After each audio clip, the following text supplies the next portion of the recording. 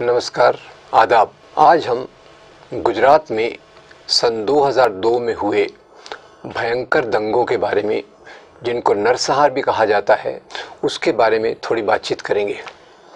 मैं आपको याद दिलाना चाहता हूँ, 27 फरवरी 2002 को गोधरा में साबरमती एक्सप्रेस के S6 कोच में आग लगी। अब इसके बारे में बहुत विवाद है, आग लगी या लगाई गई। बैनर्जी कमीशन कहता है कि आग एक एक्सीडेंटल फायर थी, ये एक आकस्मिक घटना थी, जबकि कुछ लोगों का मानना अलग प्रकार से है कि आग लगवाई गई। सरकार ने, जो मोदी उस समय मुख्यमंत्री थे, उन्होंने आरोप लगाया कि आग मुसलमानों द्वारा लगाई गई है। मोदी साहब ने यहाँ तक कहा कि आग स्थानीय मुसलमान, पाकिस्तान का ISIS और अंतर्राष्ट्रीय आतंकवाद की साजिश का एक परिणाम है। अब ये बात जब उन्होंने कही, और उसी के साथ एक बहुत सारी ऐसी घटनाएं हुई जिससे दंगों के होने में मदद मिली। पहली घटना ये हुई जो संजीव भट्ट बताते हैं। संजीव भट्ट आजकल शायद सस्पेंशन में है। संजीव भट्ट शायद उन्हें सस्पेंड कर दिया गया है, और उन्होंने एक बयान दिया था कि 27 फरवरी की शाम को मुख्यमंत्री नरेंद्र मोदी ने बड़े ऑफिसर्स की एक मीटिंग बुलाई, जिसमें उन्होंने कहा कि गोधरा में मुसलमानों ने ट्रेन जलाई है, अब इसकी एक प्रतिक्रिया होगी और उस प्रतिक्रिया के समय हमें ये प्रतिक्रिया को होने देना है। इसी बात की पुष्टि जो citizens for justice and peace commission के एक ट्राइब्यूनल, जिसके अध्यक्ष सावंत साहब थे, उनमें एक दूसरे जस्टिस भी थे, जिन्होंने अपने बयान में कहा, इस बात की पुष्टि की कि मुख्यमंत्री के घर पे ये मीटिंग हुई थी, और ये बात जस्टिस सुरेश ने आउटलुक में दिए हुए एक अपने इंटरव्यू में बताई। खैर, तो 27 फरवरी को ये हुआ, और उसके बाद जो लाशें थी उनको VHP के नेतृत्व में एक जुलूस के रूप में गोधरा से अहमदाबाद लाया गया। इसी के साथ 28 फरवरी से VHP ने गुजरात बंद का ऐलान किया। आपको बता दूं, ये दोनों बातें, एक तरफ से मुख्यमंत्री का बयान, दूसरी तरफ से मुख्यमंत्री द्वारा ली गई वो तथाकथित मीटिंग जिसकी बहुत पुष्टि नहीं है, और तीसरी तरफ से VHP द्वारा बुलाया गया बंद, इसके कारण जो हिंसा को एक बहुत तेजी मिली। हिंसा धीरे धीरे बढ़ी और इसने एक बहुत भयंकर रूप अख्तियार कर लिया। इसमें गुलबर्ग सोसाइटी में और दूसरी जगहों पर सरेआम कत्लेआम हुआ, और एक बड़ा केस मुकदमा अभी भी चल रहा है, जिसमें ज़किया जाफ़री, जिनके पति एहसान जाफ़री को बेरहमी से मारा गया। याद दिला दूं, एहसान जाफ़री ये एक मेंबर ऑफ पार्लियामेंट थे, जिनके घर को घेरा गया, और उनके घर को घेरा गया, उनका घर कोई पुलिस के हेडक्वार्टर से ज़्यादा दूर नहीं था। उन्होंने सबको फ़ोन लगाए, मुख्यमंत्री को, पुलिस कमिश्नर को, बाकी लोगों को, पर उनकी जान नहीं बच पाई और उनको बेरहमी से उनका कत्ल किया गया। उसका केस उनकी विधवा पत्नी आज भी उस केस को लड़ रही है, और बम्बई की एक महान कार्यकर्ता तीस्ता से तलवार ने गुजरात के जो बाकी केसेस को लिया है, उसके साथ ज़किया जाफ़री का केस भी वो बहुत मजबूती से, हिम्मत से समाज में चला रही है। अब अगले कुछ दिनों में जो हुआ वो बहुत भयंकर था।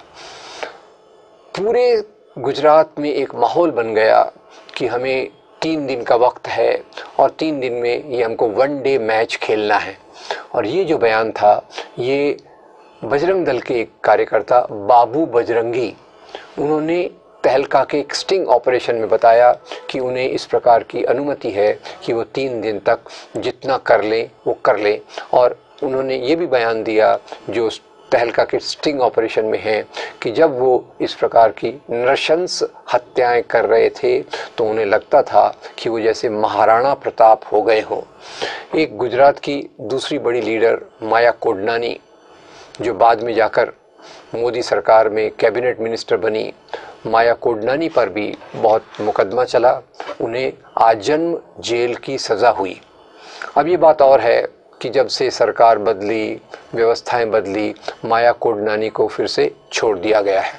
खैर, गुजरात में भयंकर कत्लेआम हुआ और ये कत्लेआम तब तक चलता रहा जब तक पुलिस के ऊपर एक यंत्रणा, कंट्रोल करने वाली यंत्रणा नहीं आई, और वो थी आर्मी के रूप में।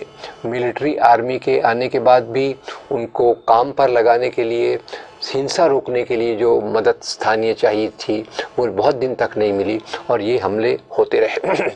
इसी समय बहुत रोचक बात यह है कि मुख्यमंत्री नरेंद्र मोदी ने 2-3 बयान दिए और उसमें से एक बयान था कि गोधरा में जो हुआ ये उसकी प्रतिक्रिया है।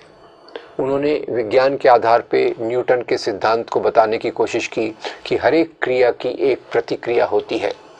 फिर दूसरा, इतने नृशंस हत्याकांड के साथ साथ वहाँ जो शाह आलम, जिन्हें के जो मूल्य थे, उन्हीं के साथ नरसिंह मेहता को भी याद किया जाता है। ये गुजरात की संस्कृति को अलग रख के एक ऐसे कार्य किए गए जिसमें गुजरात के एक महान कवि वली दक्कनी, वली गुजराती, जो गुजराती में लिखते थे, उनका बहुत बड़ा ये था साहित्य है, उस पूरे उनकी दरगाह को भी नेस्त नाबूद कर दिया गया। तो खैर, इसमें बजरंग दल और बाकी संगठनों की जो भूमिका थी वो citizens for justice and peace, जो justice PB Samant, Tanika Sarkar, justice Suresh और बाकी बड़े कार्यकर्ताओं द्वारा की गई थी, उसमें उन्होंने बताया कि कैसे इसमें एक प्रकार से योजना के चलते इस प्रकार का कत्लेआम किया गया।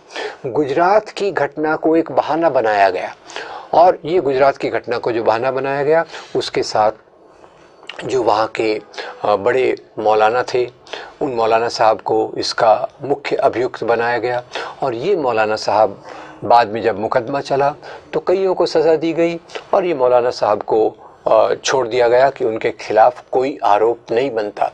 ख्याल कीजिए, जिनको मुख्य आरोपी कहा गया उन्हीं के ऊपर कोई आरोप सिद्ध नहीं हुए और उनको छोड़ दिया गया।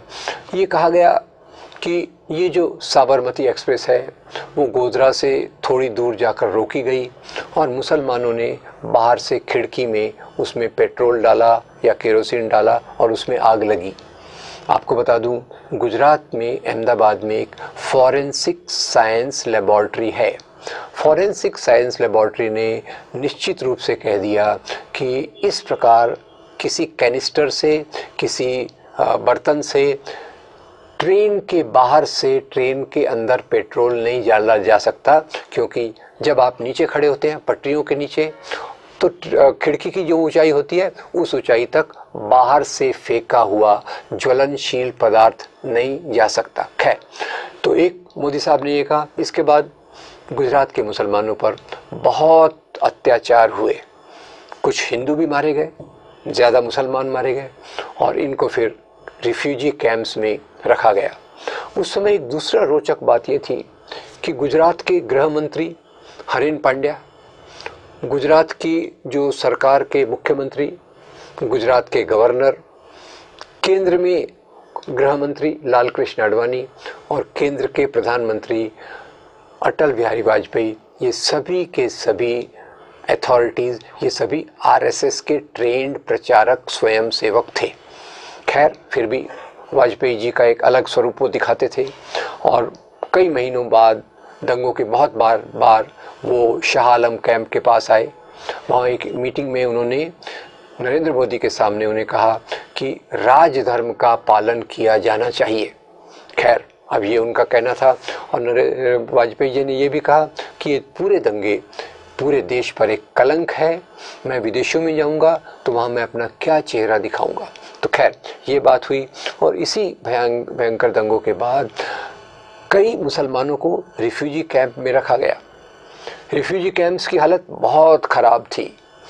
हज़ारों लोगों के लिए एक आध टॉयलेट, एक दो टॉयलेट थे और इसके अलावा ज़्यादा सुविधाएं रिफ्यूजी कैंप्स में नहीं थी। वो रिफ्यूजी कैंप्स को भी सरकार की तरफ से बंद कर दिया गया और उस समय नरेंद्र मोदी ने एक बहुत भड़काऊ बयान दिया कि जो रिफ्यूजी कैंप्स हैं ये बच्चा उत्पादन का केंद्र है, इसलिए सरकार इसको नहीं चलाएगी। तो खैर, अब इसके बाद एक और प्रक्रिया हुई। इतने भयंकर दंगों के बाद गुजरात में ध्रुवीकरण, पोलराइजेशन हुआ, जिसके चलते जो मुसलमान मिश्र बस्तियों में रहते थे वो मुसलमान ज़्यादातर उन एरिया में जाके रहने लग गए जहाँ मुस्लिम आबादी ज़्यादा थी। जैसे अहमदाबाद में एक जगह है जिसे कहते हैं जुहापुरा। जुहापुरा में जगह जगह के मुसलमान आकर रहने लग गए और उनकी जो घर थे मिश्र बस्तियों में उन घरों को उनसे वहाँ उन्होंने अपने घर छोड़ दिए।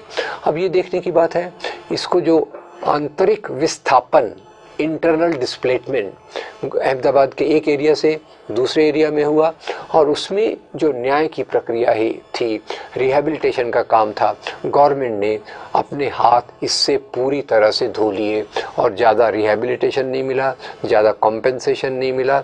और आज जो भी इनका पुनर्स्थापना का काम कई मुस्लिम ट्रस्ट ने किया और ये मुस्लिम ट्रस्ट ने जो किया उसमें मस्जिदें भी बहुत बड़ी बनी, घर छोटे बने। खैर ये अपना अपना बात है, पर समाज इसमें ज़्यादा सामने नहीं आया और इनके पुनर्स्थापन का काम ज़्यादा नहीं हुआ। गुजरात के दंगों ने पूरे देश पर एक बड़ा कलंक लगा दिया और शायद आज तक जितने दंगे हुए उसमें ये एक बहुत भयंकर दंगा था। कई रिपोर्ट्स में, इंक्वायरी कमीशन रिपोर्ट्स जिनका संकलन आया है, वो इंक्वायरी कमीशन रिपोर्ट कई सिटीजन्स ने, नागरिकों ने, पत्रकारों के साथ मिलकर, न्याय व्यवस्था के साथ मिलकर इस घटना की जांच की और ये पता चला, उसमें सब रिपोर्ट्स में एक बात आती है कि ये दंगों के पीछे जहां एक तरफ सांप्रदायिक तत्व थे, दूसरी तरफ से इनकी मदद करने वाले, इनको अपना भयंकर काम करने देने में पुलिस का सहायता रही है, सरकारी प्रशासन की सहायता रही है। और बाद में तो यहाँ तक हुआ कि जो सरकार के ऑफिसर दंगों को रोकने की कोशिश करते थे उनका ट्रांसफ़र कर दिया गया और इस प्रकार की कई घटनाएं गुजरात में हुई। पर गुजरात में एक उम्मीद की नई किरण भी दिखी। वो नई किरण ये थी कि पहली बार कुछ सामाजिक संस्थाओं ने तय किया कि हम कोशिश करेंगे कि जिन पर अन्याय हुआ है उनको न्याय दिलाने की प्रक्रिया में हम शामिल हों। और इसमें मुख्य रूप से तीस्ता सेतलवाड़ का नाम आता है, जिन्होंने लगातार अपनी बहादुरी से गुजरात के दंगों में कई केसेस को लिया और उसके परिणाम स्वरूप कई लोगों को सजाएं भी हुई। याद रखिए, भारत में दंगों का लंबा इतिहास है पर दोषियों को सजा देने का इतिहास कम है। तो गुजरात में जहाँ एक तरफ ये नृशंस बारबेरिक हिंसा ने अपना एक बड़ा भयंकर रूप अख्तियार किया, उसी के साथ सामाजिक कार्यकर्ताओं ने भी अपनी कमर कस ली कि हम यहाँ रिहैबिलिटेशन के काम में, पुनर्स्थापन के काम में, न्याय दिलाने के काम में अपनी एक भूमिका अदा करेंगे। और उसलिए भी मेरे ख्याल से गुजरात के दंगे भारत के इतिहास में दो प्रकार का लैंडमार्क हैं।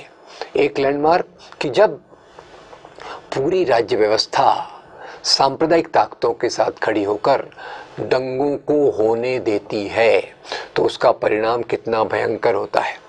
उसके परिणाम स्वरूप आज गुजरात का मुसलमान एक दुय्यम दर्जे के नागरिक के रूप में कई सालों से वहाँ रह रहा है। जुहापुरा जैसे एरिया, उन एरियाज़ में जो सामान्य नागरिक सुविधाएं हैं वो बहुत दिनों तक नहीं गई, जैसे बस का रूट हो, बैंक की ब्रांचेस हो, क्रेडिट कार्ड के सेंटर हो, वो उस एरिया में नहीं जा पाए। और दूसरी तरफ जैसे मैं बताऊं, उस बात को दोहराना चाहूँगा कि आशा की किरण ये दिखी कि नागरिकों को लगा कि न्याय व्यवस्था को केवल सरकार के आधार पर छोड़ा नहीं जा सकता। हमें इस संविधान में जितनी जगह है उसका उपयोग करके जो लोगों पे अत्याचार हुआ है उनको न्याय दिलाने की प्रक्रिया में जुड़ना चाहिए। ये काम बहुत मुश्किल है पर ये काम करने के लिए भी बहुत महत्वपूर्ण कोशिशें हुई है। तो खैर, मैं अपनी बात को यहाँ समाप्त करूँगा कि गुजरात के दंगे इस देश के इतिहास में हमेशा कई चीज़ों के लिए याद रखे जाएंगे। और उसमें सबसे बड़ी बात यह है कि सांप्रदायिक ताकतों को जब पूरा सरकारी संरक्षण मिलता है, जब सरकारी यंत्रणा उनके साथ मिलती है, तो अल्पसंख्यकों पर कितना अत्याचार हो सकता है ये उसका एक उच्चतम बिंदु है। गुजरात के दंगों का एक तीसरा महत्वपूर्ण फीचर तथ्य ये था कि इस दंगों में जहाँ एक तरफ करीब अलग अलग उसके डेटा है, एक तरफ करीब 2000 लोग मारे गए, सरकारी आंकड़े कुछ 1100 के करीब कहते हैं, उसमें मारे जाने वालों में 80% से ज़्यादा मुसलमान थे। उसी के साथ प्रॉपर्टी संपत्ति का एक बहुत बड़ा नुकसान हुआ, जिसने मुस्लिम समाज के बड़े तबके की कमर तोड़ दी। अब इसका एक और परिणाम था जो दूरगामी था, और दूरगामी परिणाम ये था कि जो बीजेपी गुजरात में कमज़ोर हो चुकी थी, जिसकी सत्ता वापस में जीत कर आने का शक था, इन दंगों के बाद वो वहाँ पहले से ज़्यादा मजबूत होती गई। और इसमें क्या कारण था? इसमें प्रोपेगेंडा ये किया गया कि हिंदू, गुजरात का हिंदू ये अल्पसंख्यक मुसलमानों के कारण असुरक्षित है और उसको बचाने के लिए केवल एक ही पार्टी आ सकती है, जिसका नाम है भारतीय जनता पार्टी।